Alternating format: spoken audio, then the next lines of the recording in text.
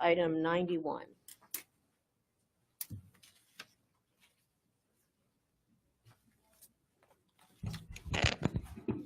Good afternoon, Madam Chair, members of the Houston Planning Commission. My name is Devin Kredel.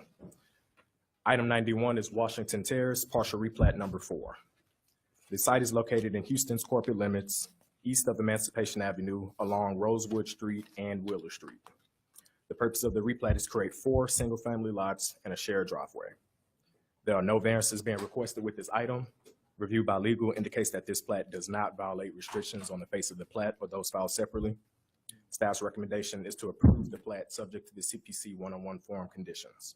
Madam Chair, if it pleases the commission, you may open the public hearing for this item at this time. Thank you. The public hearing on item 91 is open. We have a number of speakers. Consuela F Salazar. Did I pronounce that right? Yes. Good. Good afternoon. Thank you for having us. I am a resident on Rosewood Street in the 2500 block, where this is in the middle of our neighborhood. This neighborhood is mostly 90% single-family homes with setbacks. We did have deed restrictions and lot size requirements. In 2014, there were we had signed petitions and then had given it to the Civic Association to file and assumed that they were done. And unfortunately now we're seeing, after I pulled, because the records weren't readily available during that time. So I see that they're not on city records. It's only 2005 and only a few of them are there. As you can see, and you look at all of our neighborhood, they are single family homes. This is in the middle of the block. The way there is a home, it used to be 2 lots. One side was Rosewood and the person combined it, which makes sense for his tax purposes, and we understood that. And that wasn't an issue, but they made it 1 lot, but the side on Rosewood was blank. And when the other gentleman sold it, we assumed that it was going to, because this is a progressive neighborhood. We are not against commerce, and most of the homes in this area have not been torn down. They have been refurbished and sold for a profit. So putting 4 townhomes on that 1 lot is just devastating. And on this street, in this block, and in this section, there are single family homes. We do not have duplexes on this street in the 4 going from our section from Blodgett to Wheeler.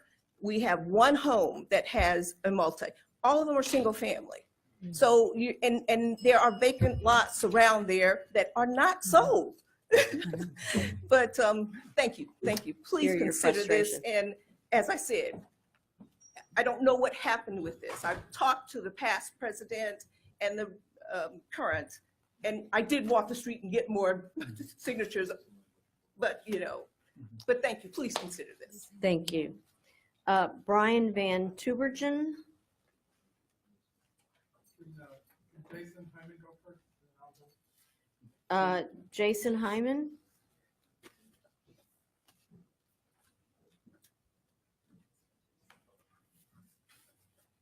Good afternoon. So, my name is Jason Hyman. I'm a resident of Washington Terrace and president of Washington Terrace Civic Association and interim president of Super Neighborhood number 67. I'm here today to speak on behalf of myself, my neighbors, and other Third Ward community stakeholders to express our frustration. Washington Terrace, as said, has been a single family home residence for almost 80 plus years. As of recent, our neighborhood has become one of the most desired places to live in the Third Ward area, which has increased prices, kind of catching the eye of developers looking for opportunities. The proposed development is out of context for our neighborhood, skews property values, puts stress on our property taxes, especially for those of our seniors, which we have a high population of. Additionally, the undue strain on our infrastructure and reduced permeable surface warrants concern for flooding and system breakdowns. So we understand that there are tools for minimum lot size and building size, which we'll be seeking for the neighborhood, but there's a high barrier to entry for us as opposed to what developers have to do. So we understand you have no legal ground to go on, but when are we going to change the way we shape our communities? This replat will be the first of a takeover that will forever change this neighborhood as we know it, especially with the introduction of opportunity zones. So regardless of what happens today, we want to propose some of the following suggestions. One is we want to put some of the onus of responsibility back on the developer. We shouldn't have to come down here in the middle of the day away from our jobs and our families when we're the existing property tax payers, not who's coming in. We work long and hard on a complete communities plan. We ask that you guys support that. We're in this complete community zone that we all agreed upon with our mayor and council members, but we don't have things here to support that you guys can actually make decisions upon. And last, we propose that although we consider all y'all, we would like some more diversity as it relates to underserved communities. And I want to thank Commissioner Longoria for speaking up on these matters and these behalves. So please consider that going forward. I know you mentioned you guys are going to be doing replat discussions later this year. I don't think we had that kind of time. So please consider our cries. Thank you. Hold on, we have questions for you, Commissioner Abraham. Give us a little bit more light with regards to your deed restrictions. Washington And- Terrace deed restrictions is community is almost 100 years old, so they're expired. So Okay. you know, just like Are one you of in the the other, process of? Are you in the process of? we have signatures for putting- minimum lot size. Okay.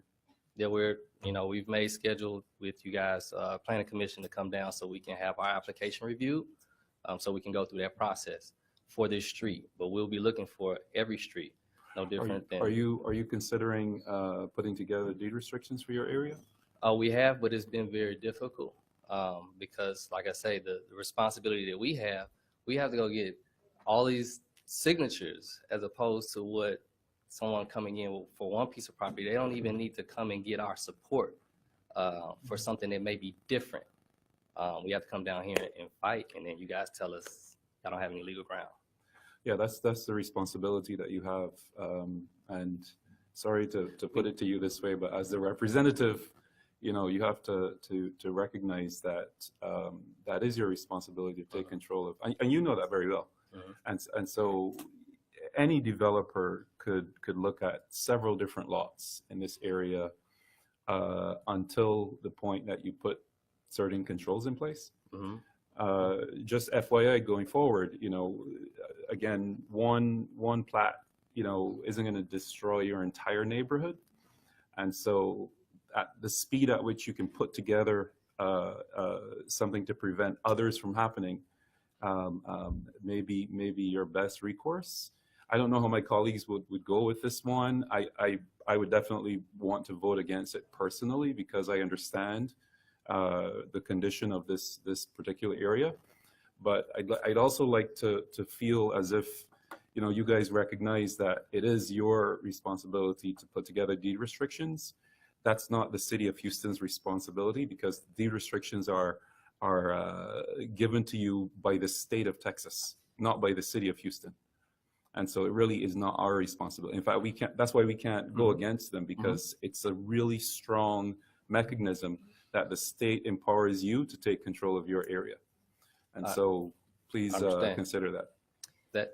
That hurdle is very high for you. You guys are professionals and very good at what you do.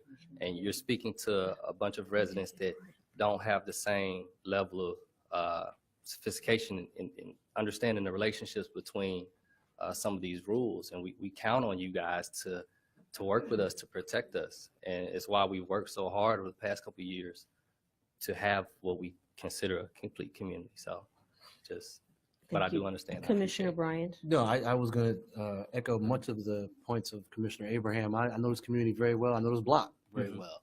I don't know the developer, but I know the lot.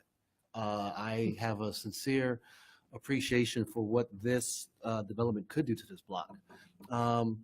I would strongly, and we do, I'm sure it sounds like Commissioner Longoria has met with you or at least spoken with you.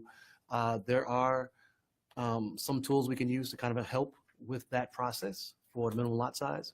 But I think I also will agree with Commissioner Abraham, because I would probably vote against it because I know it's a problematic issue, but I don't know if we would necessarily win because it is something that they're not violating anything. So that's something we have to be very sensitive to as well. But these kinds of concerns are something that the commission thinks about often and regularly. I know our chair has talked about revisiting replat. I think that conversation is probably going to get sped up a bit. So it won't happen later this year. It will happen this year, a lot sooner than probably people think. But it's something that we are very sensitive to because some of us actually live in these neighborhoods as well. So we empathize a lot stronger than you think. Thank you. Commissioner Longoria? Thank you for, I hadn't met with this group. I think they're referencing the comments I made in the last meeting about another property on Emancipation. But I just want to push back a little bit that I do think this sets precedent. And I've said that earlier today. You know, that 5-foot building line on the side, I get it's technically the side of the house and that's why they can do 5 feet. But what happens is that next property comes down and says, well, around the block, they've already done it and around the block. And so I'm really pushing on the first domino. And I think, you know, someone much smarter than me is going to figure out how to quantify what the first domino looks like, but this is it, right? It's one of those, when you see it, you know it. And I think that must approve is different from shall approve. And I think we can actually push back. And I would be very interested in seeing what it would look like if we voted against one of these. I understand that gets us into a lot of legal hot water, but that's why we have some of the nation's finest to help us with that. But the point being that we've got to start somewhere to set our own precedent that these projects are not going to stand. And I appreciate that it can happen later through ordinances.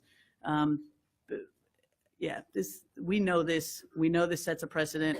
And, you know, we talk about affordability, which we can't engage, and we talk about in density and all of these things that we talk about on the peripheries. I don't think this is the kind of density that we're hoping for when we talk about more walkable and livable communities. So. Okay. Thank you. Sorry. So, thank you. Sorry, if you would limit your response, we'd appreciate it. Any further? Yes, Commissioner Rosenberg. I also think there's a few other tools.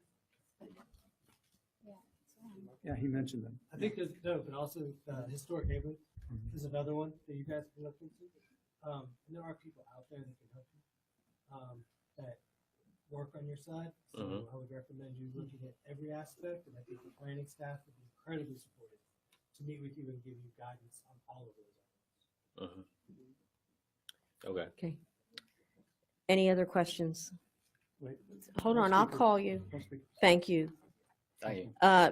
Okay, Brian Van Tubergen, to be followed by Michelle Mays. Hello. Sorry. Thanks for listening to us. My name's Brian Van Tubergen. I'm the president of University Village Civic Club. It's the eastern portion of the northern Third Ward. And we're also a member of the Greater Third Ward Super Neighborhood. And we're here to support our sister organization, the Washington Terrace Civic Association, in their opposition to this replat. Just want to make two statements. One is talking about the replat process for improvements. When you're looking at townhomes with shared driveways, I'm a refugee of Montrose and West End, and you need guest parking when you have a shared driveway with no guest parking. So if there could be some standard where 1 guest parking per 3 townhomes, we really appreciate that. The secondly is when there's variances, I know in the ordinance, officially recognized civic clubs are notified of a variance. I think that's there for a reason. It's very important. I think the commission should always take the opposition of the civic club as a priority over any negotiations that happen with a variance. That will make the developer go to the civic clubs and get their feedback, get their support for a variance. If the civic club does not support the variance, the commission should not support the variance either. Thank you. Thank you. And then Michelle Mays. Good evening. My name is Michelle Mays, and I too am a member of Washington Terrace and a member of the Washington Terrace Civic Association. And I reiterate what my president has said. And to me, that doesn't even look right. That's not what we want our neighborhood to look like. It's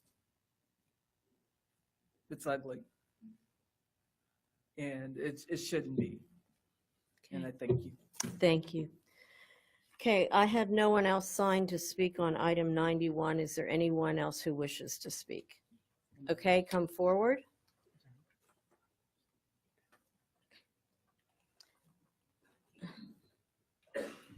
Would you state your name for the record, and then when you finish, would you fill one of these out for us? Thank you. I will. My name is Janice Hunter. Good evening, everyone. And I am a property owner in Rosewood, on Rosewood Street, the 2300 block. I grew up, I was raised there. We've owned the property for almost 70 years. And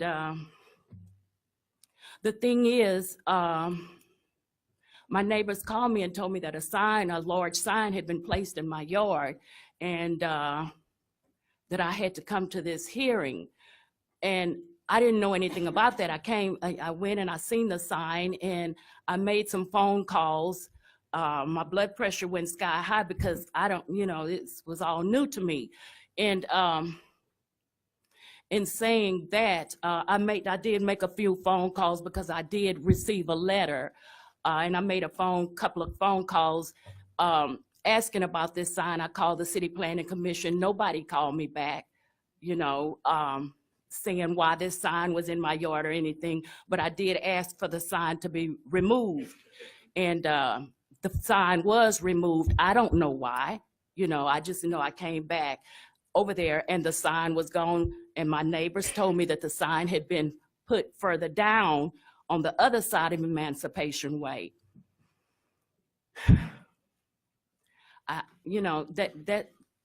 Anyway, my question is, I'm gonna assume, and I looked at my property, my plat number and my block number, lot number, and my neighbors, and we all figured out that they obviously had the wrong address because I live on the west side of Emancipation Way, and they said it was supposed to be put on the east side of Emancipation Way. But my question is now, do I need to go and get a lawyer, a property lawyer, or anyone? Because can the city of Houston and developers just come and take my property away from me like that just because they want it? I don't know. No, the city can't just come and take your property away. Yeah, I think you're focused on the sign. The sign is gone and the letter, and I came, to see what is actually going on. I'm going to ask Mr. Kredel, was there an issue with the notification sign? No, not to my knowledge. The applicant did provide a picture of the sign on time. I'm just now hearing this for the first time that it may have been on a different property, but the picture staff received was on the correct property. So this is my first time. And it was at the correct thing. So we may be talking about, we've had a number of emancipation area items lately. It may have been another issue. I don't know that we can help you, but I don't think it's the there's a problem. sign, I'm going to assume, was in the wrong yard. Yeah. I made a couple of calls to the 2 phone numbers that's on here, And the sign went away. and the sign So, went away. It My sounds like. sister was there at the time, and my sister said they took the sign and put it further down Rosewood. I live in the 2300 block. They put the sign down, I guess in the 24 or wherever, with the house and the lot. So, see, now that's my question. Yeah, Madam Chair. Yeah, Commissioner Garza. Just a question. So Ms. Hunter, part of what we have to do is they have to give the information to the neighborhood, and that requires signage. And so the signage doesn't go in your yard, it goes in the right of way. So that sign by law has to go up in and around the properties to inform the neighbors of what's going on. So it's literally in the right of way. Now, in your case, it possibly was put in the wrong place if they moved it. but then it went down to someone else's yard, so to speak. Because the notification says property east of Emancipation, Right. and I live west of Yes, Emancipation. it's quite likely they put it there by mistake, but the answer is Yeah. the city is required to inform everyone within, I believe, Mr. Kredel, 500, 250. 250 feet. And so that's why you got a letter. And the signage perhaps was put in the wrong place, and that's why it was moved, and you gave them notice of that. But that sign has to go up somewhere in the neighborhood to inform you and your neighbors of what's happening on that property. But it doesn't mean that the city has any intent to do anything to your property or to take your property or Nothing. anything. It's Just a just a notification. notification for the neighborhood, for the area. So I know this is stressful for you. I'm sorry you've gone through this, but I think, you know, aside from the development, the sign issue is not going to be a problem for you. Thank you. Thank you. Ms. Mater, would you like to speak? It's hard for me not to call you Dipti. Sorry, Commission. Because this issue has come to light, I think the staff would recommend, not I think, the staff would recommend deferral on this project for us to make sure that the sign is right now at least on the correct property and that it was posted 16 days prior to the meeting. If we cannot verify or the applicant cannot verify that the sign was posted 16 days in advance, next time we come in, we may recommend disapproval because they may not have met the correct notification requirement. Okay, so that makes sense. Motion, Abraham. Motion to defer Abraham, second. Let me get a second. Second. Third. Second, Sigler, okay. But Commissioner? my comment is, because I do agree with that motion, but could our legal please define shall approve? Yeah, I was going to ask the same thing. I think we're going to Just have. for the next meeting, if, We're gonna it have would be it- nice to know, it would be nice to hear it today so I- we can all, I'm happy to do that very quickly. Yeah, please. State law actually uses the word must approve, not shall. I think they mean the same thing. I think it has the same emphasis.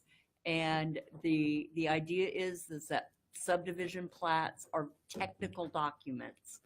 And they are designed to show the engineering and what can go there based on the regulations in place. And if they meet all of the regulations that the city currently has at the time that it comes before you, state law requires that it must be approved. And that's why we have on occasion had situations where you all have wanted to act against staff recommendation on a must approve plat. And we always ask that you put your reasons on the record, because we have to be able to tell the applicant what part of the regulations they did not comply with. Notice here could be that one. But, Right. And so thank you for the deferral. yeah, and I have to just say personally, you know, there are a lot of times when I've been, before I was chairman, when I had to vote on shall approve items that I hated. And it's kind of a luxury to be able to say, no, I just can't vote for it. But as a body, we are required to approve it, and we have to take that seriously. I think Commissioner Rosenberg was first, and then Nelson. So I want to make sure to also speak about another point. While it's being deferred for a technical reason, I think there's also cause for deferral for input reasons as well. And you guys should take this opportunity to extend the conversation with the owner of the property, because as you have a feeling and desire about how your property is maintained and the integrity and all that, this property owner owns their property and has rights as well. And usually when two people get together, they can discuss that. And it's also been beneficial to look at what new development brings. New sidewalks, improvements to infrastructure. I believe you guys are in a TERS, which would help, in a management district, which would help on improvements in your neighborhood. So even if they build 3 townhouses and you begin to have these conversations now, it's often better results as a stronger community to do that. And obviously, if not, you can come back and have those conversations at the next meeting, which I'd encourage you to continue having those conversations and utilize this time to the best of your ability. Thank you. Commissioner Nelson? Just to follow up on what you said is if we're not true, that we could overturn these things, we'd all like to vote for that way, and a lot of times. I think there would be generations of planning commissioners disappointed to learn that they could have, because they would have all through these generations. But the real question I had, the gentleman talked about the variance. There's no variances here, right? No. It's very clear that this is a must approve. Yeah, no, Thanks. there are no variances. I think he was talking more generally. So Commissioner Bryant. A quick question, the issue that the woman brought up about, she made some calls and she never got a response. And so I just want to see if staff could follow up with that, because one of the concerns we want to address immediately is that if we put these signs so the community is aware, and if they call with inquiries because they're going to have them and no one's responding, that's a major problem. Yeah. And so we need to find out who's at the end of the line, who's not answering, or whoever, because we want them to be as informed as they need to be so they can, make the right decisions.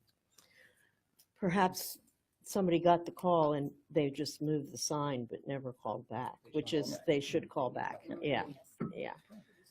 Okay, so we have a motion, Abraham Sigler, second to defer. Is there further discussion? Can you go back to block 1 over here and tell me what's going on with the sliver of something at the top there? Of the replat, the page with the replat. What is that little sliver thing that looks like, what is the cutout up there? So that's there's an existing home on the site. On 100 square feet? No, so what you're seeing is just what's encroaching the 25-foot it's building. the encroachment. Correct, yes, sir, yes, sir, yes, sir. Which predates the ordinance, so. Okay. Yeah. Okay, further discussion. All those in favor of deferral, say aye. Opposed, item 91 is deferred.